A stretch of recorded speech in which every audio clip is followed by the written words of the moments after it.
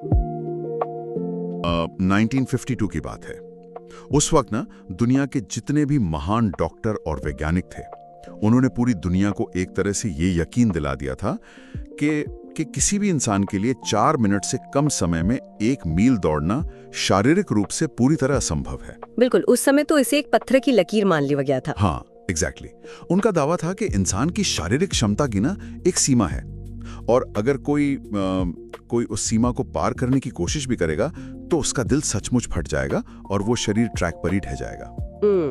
और पूरी दुनिया ने इस बात को एक अटल वैज्ञानिक सत्य मान लिया था। राइट। लेकिन फिर 1954 आया और रॉजर बैनिस्टर नाम के एक एथलीट ने ट्रैक पर कदम रखा। उन्होंने न सिर्फ दौड़ पूरी की, बल्कि उस 4 मिनट के असंभव माने जाने वाले बैरियर को हमेशा के लिए तोड़ दिया। और यहाँ जो बात सबसे हैरान करने वाली है ना, वो ये रिकॉर्ड टूटना नहीं है। तो फिर क्या है? जादू ये है कि बैनिस्टर के वो रिकॉर्ड तोड़ने के महज 46 दिन बाद किसी और ने भी वो रिकॉर्ड तोड़ दिया। फिर कुछ महीनों बाद किसी और ने। अरे वाह, मतलब एक बार वो टूटा तो टूटता ही चला गया। हाँ, और आज की तारीख तक 1400 से ज्यादा एथलीट उस असंभव बैरियर को पार कर चुके हैं। क्या बात है। और यहीं से हमारे आज के इस विस्तृत विश्लेषण यानी इस डीप डाइव का मिशन शुरू होता है। हमारा उद्देश्य बस ये है कि जानकारी के इस जंजाल को हटाकर सफलता और मस्तिष्क की कार्यप्रणाली के पीछे के असल विज्ञान को समझा जाए। तो बैनिस्टर की कहानी से हम क्या निष्कर्ष निकाल सकते हैं? तो देखिए, यहाँ जो बात सबसे हैरान करने वाली है वो ये है कि 1951 से 1954 के बीच इंसान की शारीरिक संरचना में कोई विकासवादी या इवोल्यूशनरी बदलाव नहीं आया था। राइट, रातों रात कोई सुपर ह्यूमन तो नहीं बन गए थे लोग। एग्जैक्टली। इंसानों के फेफड़े अचानक बड़े नहीं हो गए थे या मांसपेशियां ताकतवर नहीं हो गई थीं। शरीर बिल्कुल वही था। जो एकमात्र चीज बदली थी ना, वो था उनका विश्वास। मतलब बाधा कभी शारीरिक थी ही नहीं? बिल्कुल नहीं, वो पूरी तरह से मानसिक थी। और बैनिस्टर की ये दौड़ आधुनिक न्यूरोसाइंस के सबसे क्रांतिकारी विचार को पूरी तरह से पुष्ट करती है, जिसे हम न्यूरोप्लास्टिसिटी कहते हैं। न्यूरोप्लास्टिसिटी, इसके बारे में पहले ये माना जाता था ना कि एक उम्र के बाद दिमाग बदलता नहीं है। हाँ, दशकों तक विज्ञान यही मानता था कि एक उम्र के बाद हमारा दिमाग पत्थर की लकीर बन जाता है, हार्डवायर्ड हो जाता है। लेकिन न्यूरोप्लास्टिसिटी साबित करती है कि हमारा दिमाग ना एक प्लास्टिक की तरह है। जिसे मतलब किसी भी उम्र में नए अनुभवों और विचारों के जरिए फिर से ढाला जा सकता है। सही कहा। जब बैनिस्टर ने वो दौड़ पूरी की तो उन्होंने सिर्फ एक एथलेटिक रिकॉर्ड नहीं तोड़ा था, बल्कि उन्होंने पूरी मानव जाति के सामूहिक मस्तिष्क में एक नया न्यूरल पाथवे बना दिया था। एक नया रास्ता बना दिया, जिससे बाकी लोगों के दिमाग को ये संदेश मिला कि भाई ये संभव है। बिल्कुल। ये वाकई सोचने पे मजबूर करता है यार। मतलब कि हम जिस दुनिया को देखते हैं वो हमारी वास्तविक क्षमताओं से नहीं, बल्कि हमारी मानसिक सीमाओं से तय होती है। 100%। लेकिन बैनिस्टर की ये कहानी हमें एक गहरे सवाल की तरफ भी ले जाती है। मतलब ये कहना तो बहुत आसान है कि दिमागी सब कुछ है या पॉजिटिव सोच रखो। हाँ, वो जो टिपिकल मोटिवेशनल बातें होती हैं। राइट। लेकिन इसके पीछे का असल विज्ञान क्या है? हमारा दिमाग इस विश्वास को न्यूरोलॉजिकल स्तर पर कैसे प्रोसेस करता है? ये बहुत ही बढ़िया सवाल है। क्योंकि सिर्फ सोचने भर से तो शरीर की सीमाएं नहीं टूट जाती ना। इसके पीछे कोई बहुत मजबूत हार्डवेयर और सॉफ्टवेयर काम कर रहा होगा। बिल्कुल। और इसी मैकेनिज्म को समझना सबसे जरूरी है, क्योंकि यहीं पर लोग अक्सर ना सिर्फ इच्छा शक्ति या विल पावर के भरोसे बड़ी बड़ी योजनाएं बनाते हैं और फेल हो जाते हैं। विल पावर हमेशा काम नहीं आती। एग्जैक्टली। अगर हम दिमाग के डेटा प्रोसेसिंग को देखें तो हमारा चेतन मन यानी कॉन्शियस माइंड, दिमाग का वो हिस्सा जिसे हम तार्किक फैसले लेते हैं, योजनाएं बनाते हैं, जो अभी हम बात करते हुए इस्तेमाल कर रहे हैं। हाँ, वो 1 सेकंड में लगभग 40 बिट्स की जानकारी प्रोसेस करता है। 40 बिट्स प्रति सेकंड। ओके। ये सुनने में ठीक लगता है, लेकिन उसी 1 सेकंड में हमारा अवचेतन मन यानी सबकॉन्शियस माइंड, आपको पता है वो कितना डेटा प्रोसेस कर रहा होता है? हजारों में नहीं, 1 करोड़ 11 लाख यानी 11 मिलियन बिट्स। वेट, वाकई 40 बिट्स के मुकाबले 1.1 करोड़ बिट्स। हाँ, अवचेतन मन हमारी धड़कन, पाचन, शरीर के तापमान से लेकर हमारे आसपास के माहौल की हर छोटी बड़ी आवाज और संकेत को बिना हमारी जानकारी के मॉनिटर कर रहा है। बाप रे, ये कोई छोटा मोटा अंतर नहीं है। ये तो मतलब एक साधारण साइकिल की तुलना किसी सुपरसोनिक जेट से करने जैसा हो गया। तक ही दम तोड़ देते हैं। अच्छा, वो कैसे? देखिए, जब कोई इंसान कहता है कि मैं कल से रोज सुबह 5 बजे उठूंगा, तो वो अपने 40 बिट वाले चेतन मन का इस्तेमाल कर रहा होता है।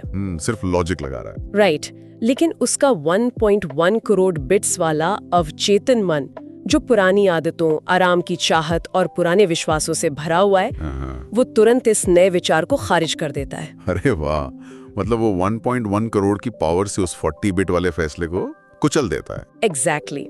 और इस पूरी प्रक्रिया को कंट्रोल करने के लिए दिमाग के बेस में एक सिस्टम होता है जिसे रेटिकुलर एक्टिवेटिंग सिस्टम या RAS कहते हैं। RAS ये क्या करता है?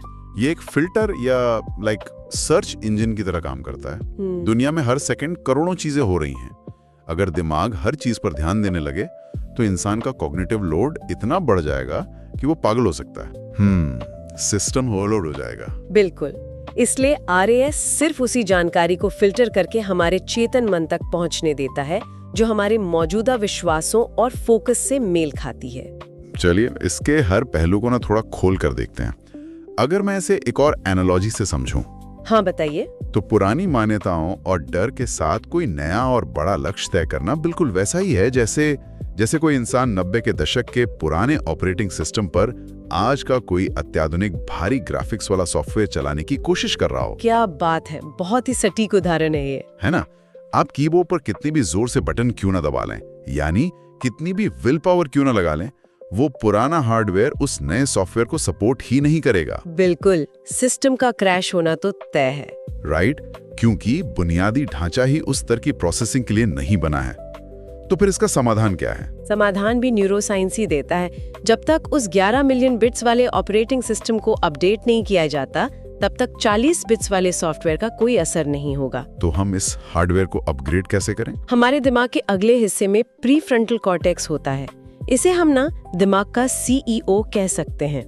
ये हिस्सा भविष्य की योजना बनाने, तार्किक विश्लेषण करने और हमारे आदिम आवेगों यानी इम्पल्सेस को नियंत्रित करने का काम करता है। तो ये CEO हमारी मदद कैसे करता है? जब हम कोई चुनौतीपूर्ण काम करते हैं या ध्यान लगाते हैं, तो हम न्यूरोप्लास्टिसिटी के जरिए इस CEO को शारीरिक रूप से ज्यादा सघन और ताकतवर बना रहे होते हैं। अच्छा, मतलब हम सचमुच दिमाग की बनावट बदल रहे हैं? हाँ, एक मजबूत प्रीफ्रंटल कॉर्टेक्स अवचेतन मन से आने वाले उन तुरंत खुशी पाने के संकेतों को रोक सकता है और हमें लंबे समय के लक्ष्यों पर टिके रहने में मदद कर सकता है। ये तंत्र बहुत ही रोमांचक है। लेकिन अगर हम गहराई से सोचें तो यहाँ एक बहुत बड़ा विरोधाभास या कॉन्ट्रडिक्शन खड़ा होता है। वो कैसे? अगर हमारे पास एक ऐसा सुपर कंप्यूटर है जो 1.1 करोड़ बिट्स प्रति सेकंड की गति से काम करता है और हमारे पास प्री फ्रंटल कॉर्टेक्स जैसा सक्षम CEO भी है, तो हम खुद ही अपने रास्ते का रोड़ा क्यों बन जाते हैं? सेल्फ सैबोटाज की बात कर रहे हैं आप? एग्जैक्टली। लोग अपनी ही सफलता को खुद क्यों तबाह कर देते हैं? स्रोत सामग्री में एक बहुत ही गंभीर विषय पर चर्चा की गई है, असफलता का डार्क मनोविज्ञान या the dark psychology of failure. Right, असफलता को लेकर हमारी सबसे बड़ी गलतफहमी पता है क्या है? हम इसे महज एक घटना मानते हैं, कुछ ऐसा जो बस अचानक हो जाता है। हाँ, लोग कहते हैं यार बस किस्मत खराब थी। बिल्कुल, लेकिन मनोवैज्ञानिक नजरिए से असफलता एक बहुत ही जटिल और सुरक्षित सिस्टम है। ये एक ऐसी मशीनरी है जो हमारे दिमाग के गहरे हिस्सों में काम करती है ताकि हम बचे रहें। सफल होने से। हाँ, इस असफलता के सिस्टम के 3 अहम पुर्जे होते हैं। इसका पहला पुर्जा है सैबोटाज मैकेनिज्म। ओके, ये कैसे काम करता है? ये मैकेनिज्म इंसान को शुरुआत करने से कभी नहीं रोकता। लोग बड़े उत्साह के साथ योजनाएं बनाते हैं, काम शुरू करते हैं, लेकिन जैसे ही वे सफलता के बिल्कुल करीब पहुंचते हैं ये मैकेनिज्म ट्रिगर हो जाता है। तो ये तो बहुत अजीब बात है। मतलब मंजिल के इतने करीब पहुंचकर कोई खुद को क्यों रोकना चाहेगा? इसका न्यूरोलॉजिकल कारण क्या है? इसका कारण हमारे मस्तिष्क का वो हिस्सा है जो बदलाव से सख्त नफरत करता है, एमिगडाला। ओके। जैसे ही सफलता करीब आती है, अवचेतन मन ये समझ जाता है कि अब जीवन बदलने वाला है, नई जिम्मेदारियां आने वाली हैं, और जो कुछ भी नया है वो दिमाग के लिए एक संभावित खतरा है। तो दिमाग को लगता है कि हम किसी खतरे में हैं। एग्जैक्टली। इस खतरे से बचने के लिए मस्तिष्क कॉर्टिसोल रिलीज करता है। ये स्ट्रेस हार्मोन सीधे हमारे प्रीफ्रंटल कॉर्टेक्स के सोचने और याद रखने की क्षमता को कुछ समय के लिए सुन्न कर देता है। अरे बाप रे। इसी वजह से इंसान अचानक से कोई बेहद जरूरी ईमेल भेजना भूल जाता है या किसी अहम मीटिंग में गलतियां कर बैठता है। ये कोई संयोग नहीं है। तो ये दिमाग का खुद को वापस उसी सुरक्षित और पहचानी हुई स्थिति में धकेलने का एक शारीरिक तरीका है। बिल्कुल, हमारा दिमाग हमें बचाने के लिए हमारे ही खिलाफ काम कर रहा है। ये बहुत ही डरावना है। और बाकी 2 पुर्जे क्या काम करते हैं? आपने 3 बताए थे। हाँ, दूसरा पुर्जा है जस्टिफिकेशन इंजन।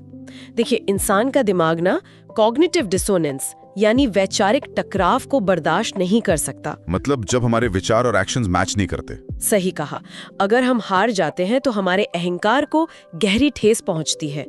इस ठेस से बचने के लिए ये इंजन हमारी हार के लिए एक बहुत ही तार्किक और महान कारण गढ़ लेता है। अच्छा, जैसे लोग कहते हैं कि वैसे भी मुझे ये काम इतना पसंद नहीं था। हाँ, या फिर शायद ये मेरे लिए बना ही नहीं था, या सफल होने के लिए तो लोगों को बेईमान होना पड़ता है। राइट। हम खुद को ही कहानियां सुनाने लगते हैं। बिल्कुल। ये इंजन इतने बेहतरीन बहाने बनाता है कि इंसान अपनी हार में भी एक अजीब सी शांति महसूस करने लगता है। और तीसरा पुर्जा है कंफर्ट जोन गार्डियन। जब भी कोई अपनी तय सीमाओं से बाहर कदम रखने की सोचता है तो ये गार्डियन शरीर में एंग्जाइटी और घबराहट पैदा कर देता है, जैसे पसीना आना या दिल की धड़कन तेज होना। एग्जैक्टली। ये सब इस गार्डियन का तरीका है ये कहने का कि वापस लौट जाओ। ये अक्सर हमारी भाषा में भी झलकता है जब लोग एब्सोल्यूट वर्ड्स का इस्तेमाल करते हैं। एब्सोल्यूट वर्ड्स जैसे मैं कभी इसमें अच्छा नहीं हो सकता, या मेरे साथ हमेशा बुरा ही होता है। रुकिए, मुझे यहाँ इस विचार पर ना थोड़ा सा पुशबैक देने दीजिए। हाँ बिल्कुल। ये पूरी थ्योरी बहुत दिलचस्प है, लेकिन क्या ये सब कुछ खुद पर बहुत ज्यादा दोष मढ़ने जैसा नहीं लगता? मेरा मतलब है, असल जिंदगी में भारी मुश्किलें भी तो होती है ना। बिल्कुल होती हैं। बाजार गिर सकता है, कोई अचानक बीमार पड़ सकता है, या किसी प्रोजेक्ट के लिए फंडिंग रुक सकती है। तो हम ये कैसे तय करें कि रास्ते में आई कोई बाधा असलियत में एक बाहरी समस्या है, या फिर ये सिर्फ हमारे उस कंफर्ट जोन गार्डियन का पैदा किया हुआ एक बहाना है? बहुत ही वैलिड पॉइंट है। हम हकीकत और इन मनोवैज्ञानिक बहानों के बीच की बारीक लकीर को कैसे पहचानें? मैं कहूंगी कि ये सवाल इस पूरे चर्चा की सबसे अहम कड़ी है। दोनों के बीच का अंतर ना इस बात में छिपा है कि हमारा दिमाग उस समस्या पर प्रतिक्रिया कैसे देता है। हमारा रिस्पॉन्स कैसा? हाँ, जो असली और भारी बाधाएं होती हैं वे हमेशा समाधान की मांग करती हैं। अगर फंडिंग रुक जाती है तो दिमाग स्वाभाविक रूप से ये सोचता है कि अब मुझे बजट को कैसे रीस्ट्रक्चर करना चाहिए, या क्या कोई और निवेशक हो सकता है। राइट। असली बाधाएं हमें रणनीति बदलने पर मजबूर करती हैं। बिल्कुल, लेकिन इसके विपरीत जो मनोवैज्ञानिक बाधाएं होती हैं वे समाधान नहीं खोजती, वे सिर्फ बचाव का रास्ता खोजती हैं। ओके, ये एक बहुत बड़ा फर्क है। मनोवैज्ञानिक बाधाएं ना कार के डैशबोर्ड पर जलने वाली उस चेक इंजन लाइट की तरह होती हैं। लाइट ये चेतावनी दे रही है कि इंजन पर दबाव पड़ रहा है, यानी हम कुछ नया और डरावना कर रहे हैं। लेकिन इसका मतलब ये कतई नहीं है कि हम गाड़ी को बीच हाईवे पर ही छोड़कर भाग जाएं। मनोवैज्ञानिक बाधाएं हमें ये यकीन दिलाने की कोशिश करती हैं कि सफर को यहीं खत्म कर देना चाहिए। ये बहुत ही स्पष्ट करने वाला नजरिया है। एक समाधान की तरफ ले जाता है और दूसरा बचाव की तरफ। एग्जैक्टली। तो अब सवाल ये उठता है कि जब हम अपनी इन मनोवैज्ञानिक बाधाओं को पहचान लेते हैं, जब हमें पता चल जाता है कि चेक इंजन लाइट सिर्फ घबराहट की वजह से जल रही है, तो इस फेलियर सिस्टम को तोड़ा कैसे जाए? इसके लिए हमें 2 चीजों की जरूरत है, आत्मविश्वास और अपनी भावनाओं का नियमन, यानी इमोशनल रेगुलेशन। स्रोत सामग्री भी यही बताती है, लेकिन समाज में तो ये धारणा बहुत गहरी है ना कि आत्मविश्वास एक जन्मजात गुण है। मतलब या तो इंसान इसके साथ पैदा होता है या फिर नहीं होता। मनोविज्ञान और न्यूरोसाइंस की दुनिया में ना ये सबसे बड़ी गलतफहमी मानी जाती है। वाकई? हाँ, आत्मविश्वास कोई पैदाइशी गुण नहीं है और न ही ये कोई ऐसी चीज है जो अचानक से आसमान से गिरती है। ये पूरी तरह से एक कौशल है, एक स्किल है। एक स्किल जिसे सीखा जा सकता है। बिल्कुल। ये एक बायोलॉजिकल फीडबैक लूप है जो लगातार क्षमता यानी कॉम्पिटेंस विकसित करने से पैदा होता है। इस ट्रांसक्रिप्ट में एक बहुत ही प्रासंगिक आंकड़ा दिया गया है। कौन सा आंकड़ा?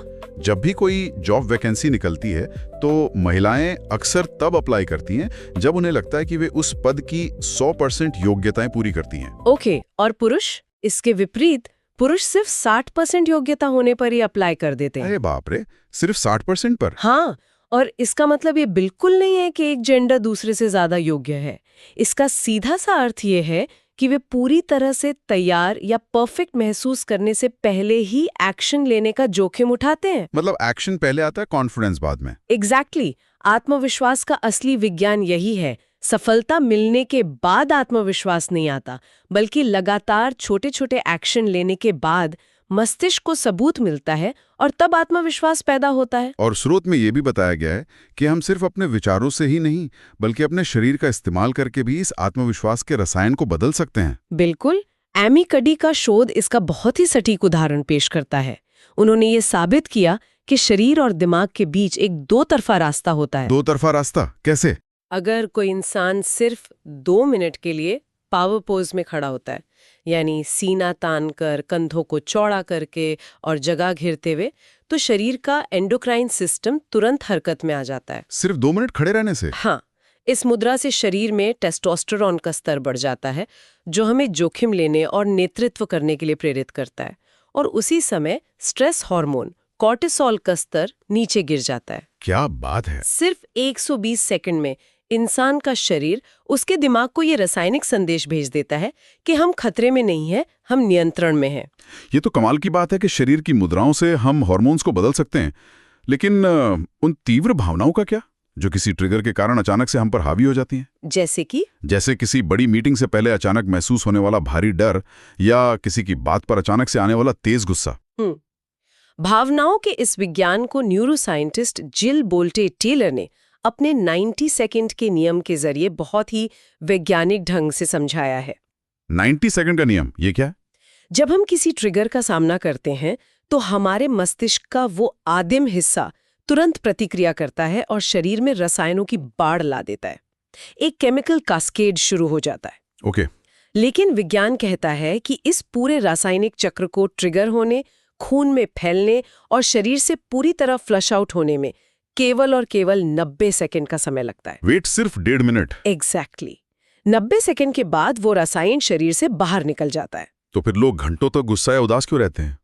क्योंकि अगर 90 सेकंड बीत जाने के बाद भी कोई इंसान गुस्सा या डर महसूस कर रहा है, तो वो इसलिए नहीं है कि वो मूल भावना अभी भी शरीर में मौजूद है, बल्कि वो इसलिए है क्योंकि वो इंसान जानबूझकर अपने दिमाग में उस घटना की कहानी को बार बार दोहरा रहा है।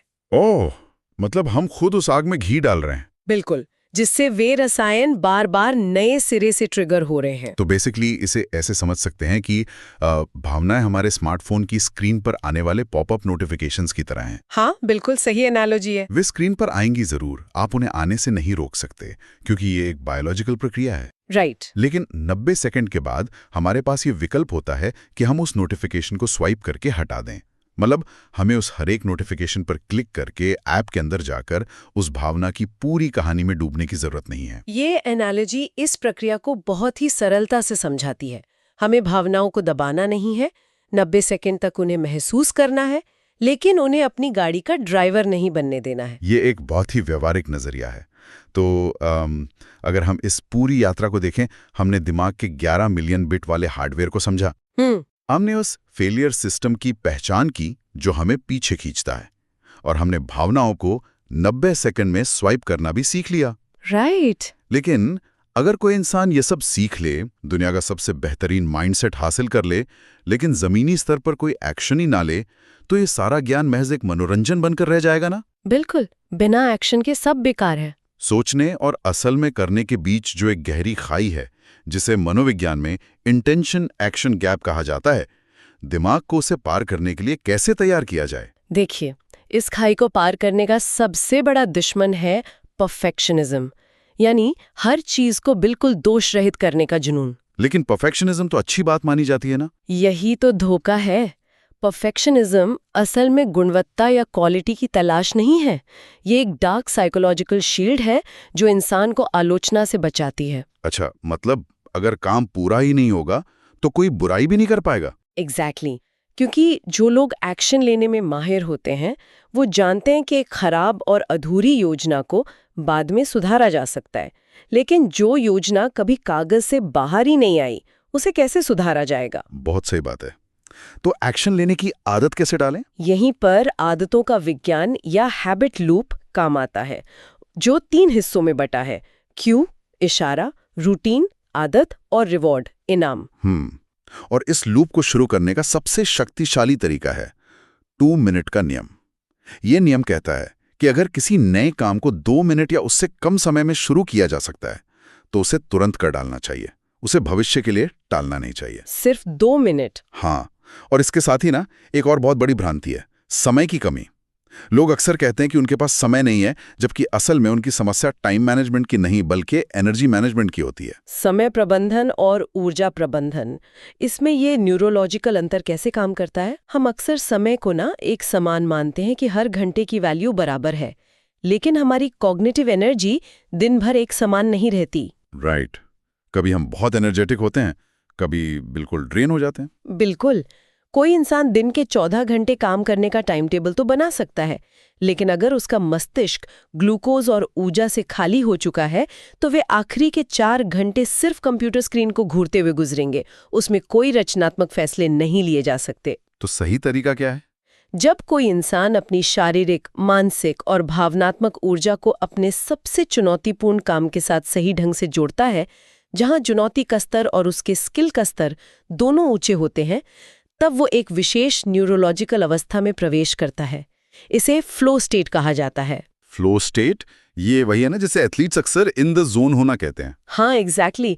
न्यूरोसाइंस की भाषा में इसे ट्रांजिएंट हाइपोफ्रंटैलिटी कहते हैं। ये क्या होता है? इस अवस्था में मस्तिष्क का वह हिस्सा जो हमारे अंदर लगातार आत्मालोचना या सेल्फ क्रिटिसिज्म करता है, वो कुछ समय के लिए शांत हो जाता है। अरे वाह! इंसान पूरी तरह से वर्तमान में डूब जाता है, काम बिना किसी संघर्ष के होने लगता है और समय का पता ही नहीं चलता। तो इस सब का असल में मतलब क्या है? मुझे आना एक क्रिटिकल सवाल पूछना है। हाँ, बिल्कुल पूछिए। फ्लो स्टेट जैसी बातें सुनने में बहुत प्रेरणादायक लगती हैं, लेकिन दूसरी तरफ हम 2 मिनट के नियम और मिनिमम वायबल हैबिट की बात कर रहे हैं। जैसे दिन में किताब का सिर्फ 1 पन्ना पढ़ना या सिर्फ 2 पुशअप्स लगाना। राइट। क्या ये इतनी छोटी आदतें वाकई में जिंदगी बदलने वाले जटिल और बड़े लक्ष्यों के लिए काम करती हैं, या फिर ये सिर्फ छोटे मोटे काम निपटाने का एक प्रोडक्टिविटी हैक है? मेरा मतलब है, क्या रोज 1 पेज पढ़ने से कोई महान लेखक बन सकता है? ये संदेह बहुत ही स्वाभाविक है, लेकिन यहीं पर मस्तिष्क की प्रोग्रामिंग का असली जादू काम करता है। इन 2 मिनट की आदतों का उद्देश्य तुरंत कोई मैराथन दौड़ना या कोई 500 पन्नों की किताब लिखना नहीं है। तो फिर इसका फायदा क्या है? इसका न्यूरोलॉजिकल उद्देश्य है आपके मस्तिष्क में एक नया न्यूरल पाथवे स्थापित करना।